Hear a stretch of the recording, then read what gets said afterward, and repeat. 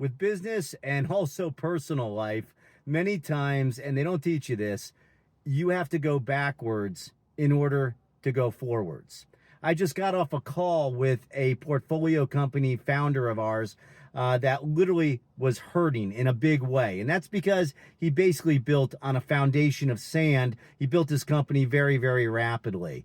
But the actual cure to that, the actual solution, and he concluded this himself, which I'm very proud of, is that he had to really fundamentally go back almost to the very beginning in order for him to build correctly and to move that company forward.